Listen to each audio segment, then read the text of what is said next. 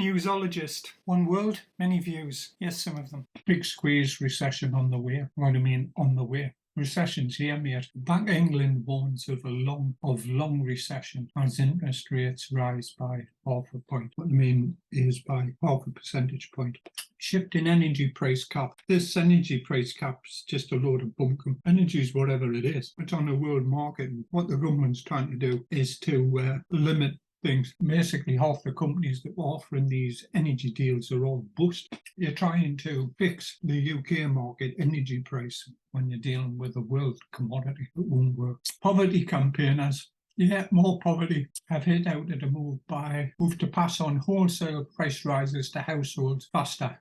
Ofgem confirmed the price cap will be set every 3 months instead of every 6. And then if the inflation goes up, it'll be every 6 weeks, every month instead. BlackRock ties up with Coinbase. Shares surge.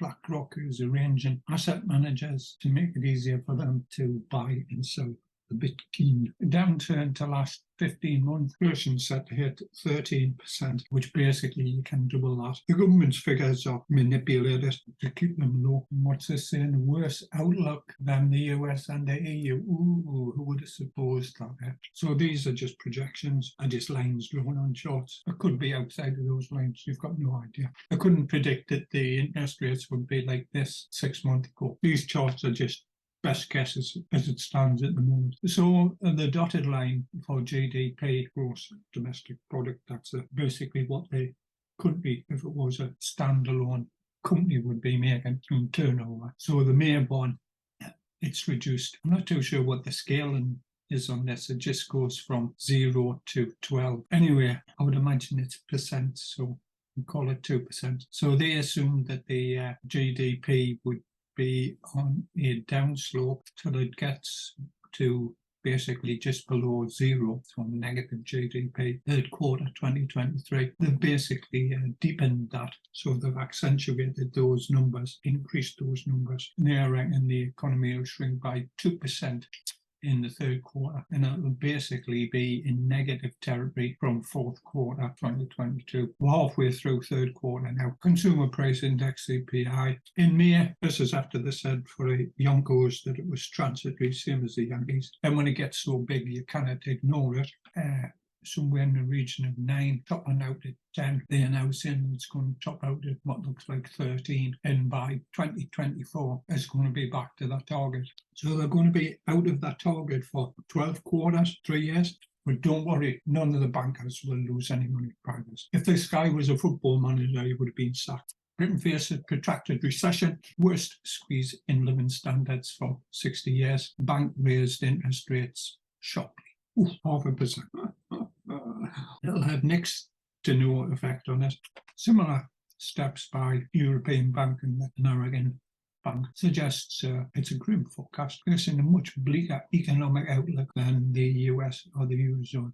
Households are more exposed to the energy price shock than in the US and less protected by government measures than in the Eurozone. And we'll just stop there. Britain is sitting on a mountain of coal, which they've deemed that they won't dig for anymore. It also has a large oil and gas reserves, which they don't want to drill for anymore. It wouldn't make any difference where they get the oil and gas from. The difference, it affects the balance of net payments in and out of the country. Also affects the number of jobs. But yeah, let's go green. We'll just import all the oil and gas from other countries. Let them have the jobs. We can funny around and be HSE, Human Resources Consultant.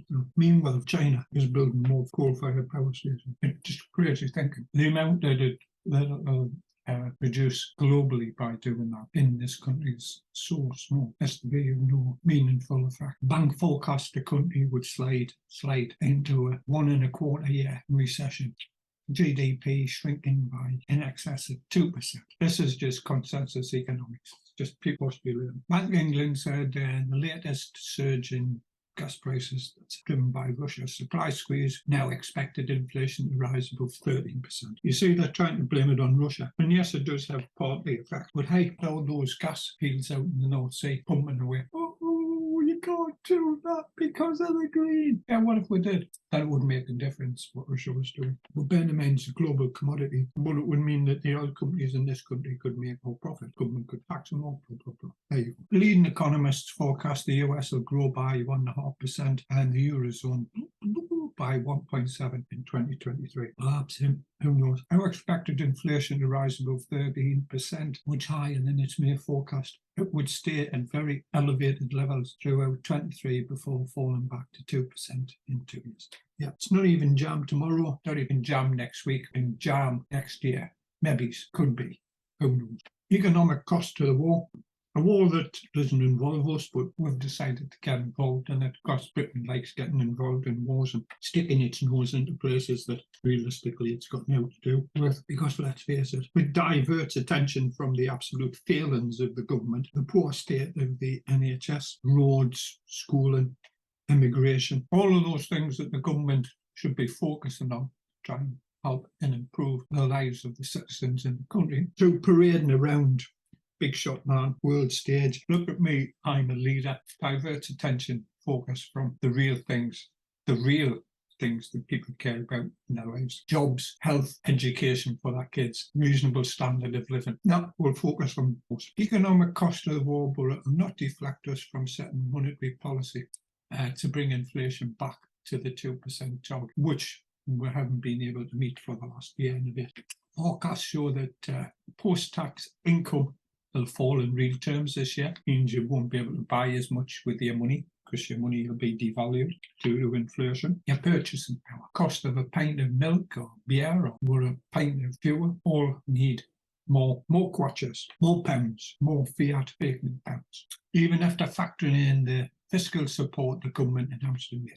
So these are the handouts that the government's given everybody to help with energy bills. When the government has to do things like that, it shows structurally the country is unsound, because basically what you're saying is people don't have enough spare capacity to be able to cope with an increase in energy prices. Peak to trough decline of 5% in household income be the worst on record since about the 1960s there. What they fail to mention is that this tends to be skewed. People on low pay, low income tend to be disproportionately affected. More than 5%. If you're a millionaire and the price of a bottle of milk or a carton of milk goes up by 20 or 30 pence, it has next to no nix-all effect or impact on you when you're a pensioner, someone on fixed income, someone on a low rate of pay, minimum rate, and something like that, proportionally, percentage-wise, has a far bigger impact on you because you spend a far bigger percentage of your money on day-to-day commodities.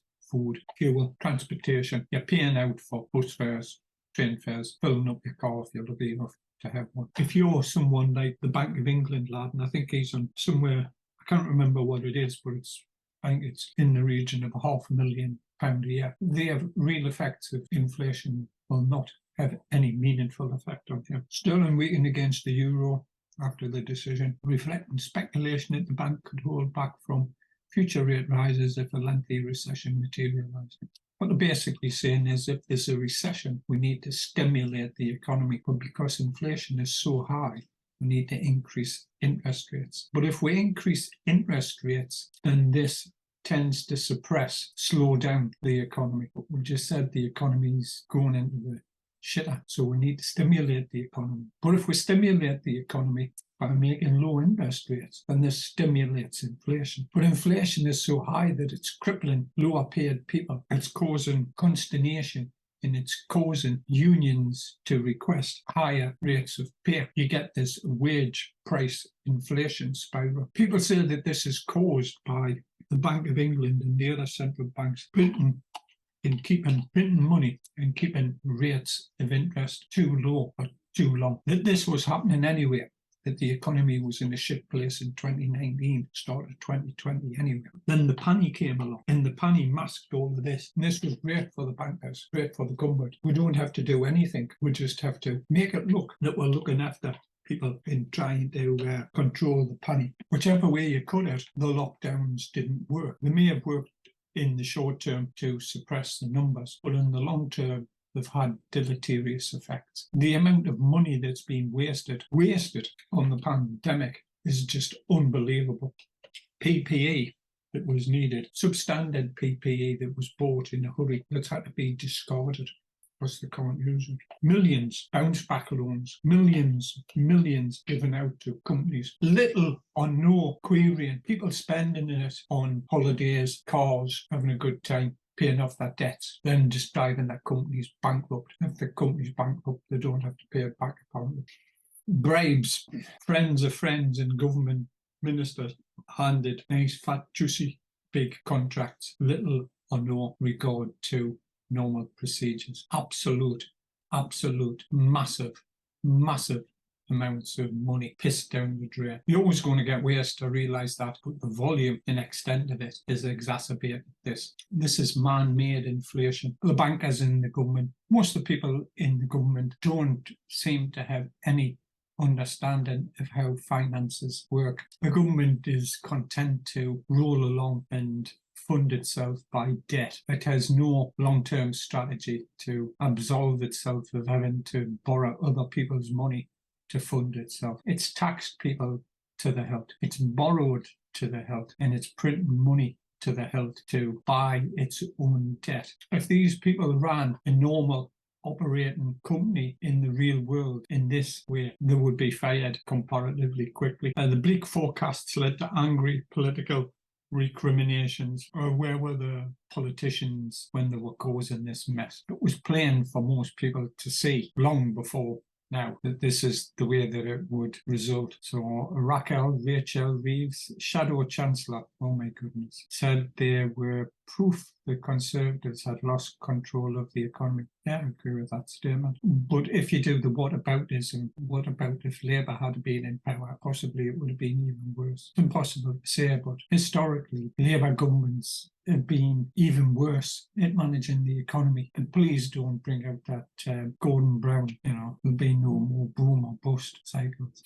Candidates for the Tory leadership were announcing unworkable policies that will do nothing to help people get through the crisis. This is basically on the stump saying, yeah, we'll do this, we'll do that.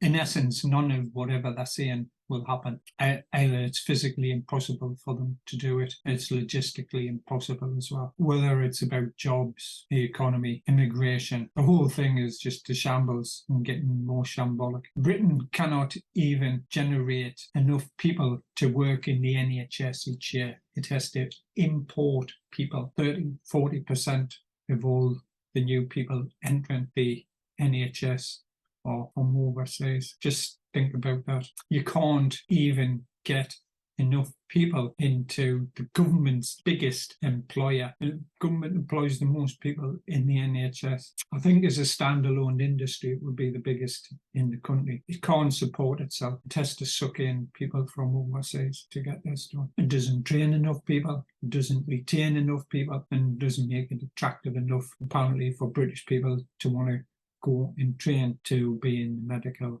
or other parts of the NHS. How is this being addressed? Well, Boris said 3 or 4 years ago he would get an extra X thousand doctors.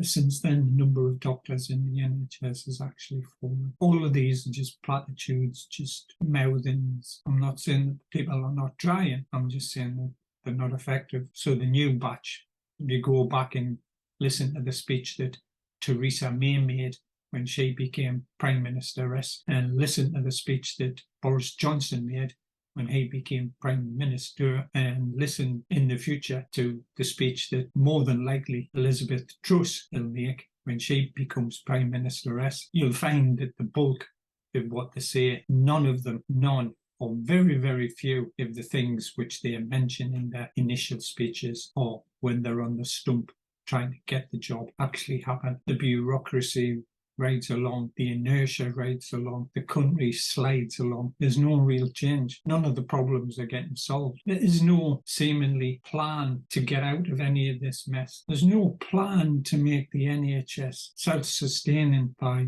attracting British people into it. There's no plan to resolve immigration. There's no plan to increase jobs. None of it. None of it works. People have a reasonable standard of living at the moment, but the future for their kids, the best thing you can do is go work for the government. Get yourself a job like this lad, Bank of England, £500,000 or whatever he's on a year. Put your feet up, basically do nothing effective. I'm not saying he's not working. I'm just saying what he's working as is not effective. He is not effective, as I just mentioned. If he was a football manager, he would have been bladdered. Yet we'll persist, we're losers. He's a loser. He's got one remit: keep inflation to 2%. That's his remit. He's been an abject and utter failure. I'm not saying that there hasn't been trying circumstances.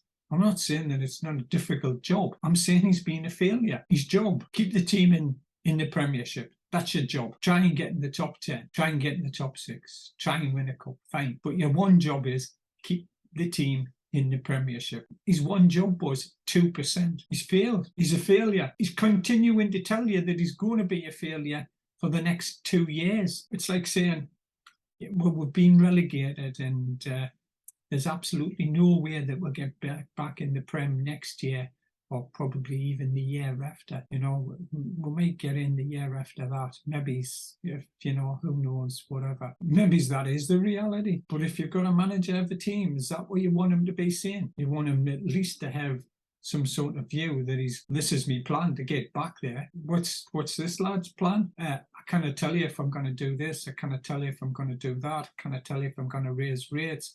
Kind of tell you by how much, because I don't know what's going to happen. Don't know if the GDP will be this, that, or the other. Don't know if the CPI.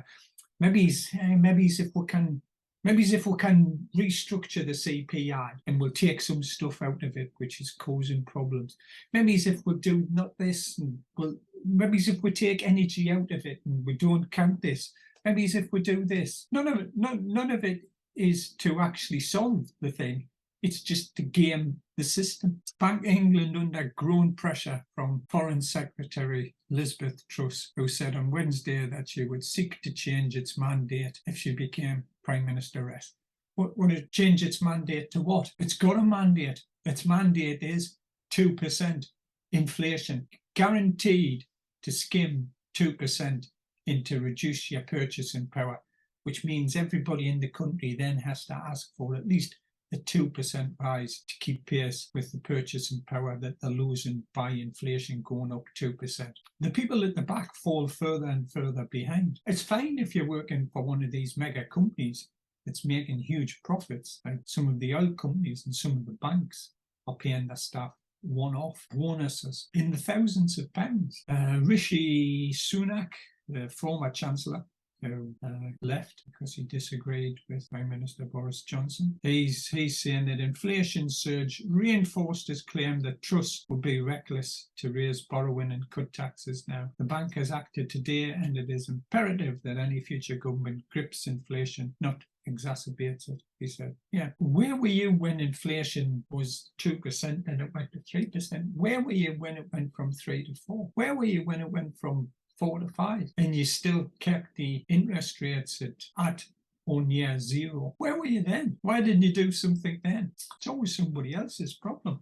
Basically, the poorer the country you live in, the less money you have. There's a little graph showing Denmark. The person in Denmark has the ability to buy basically twice as much food as someone in the UK if you're on low pay. Time to put the kettle on.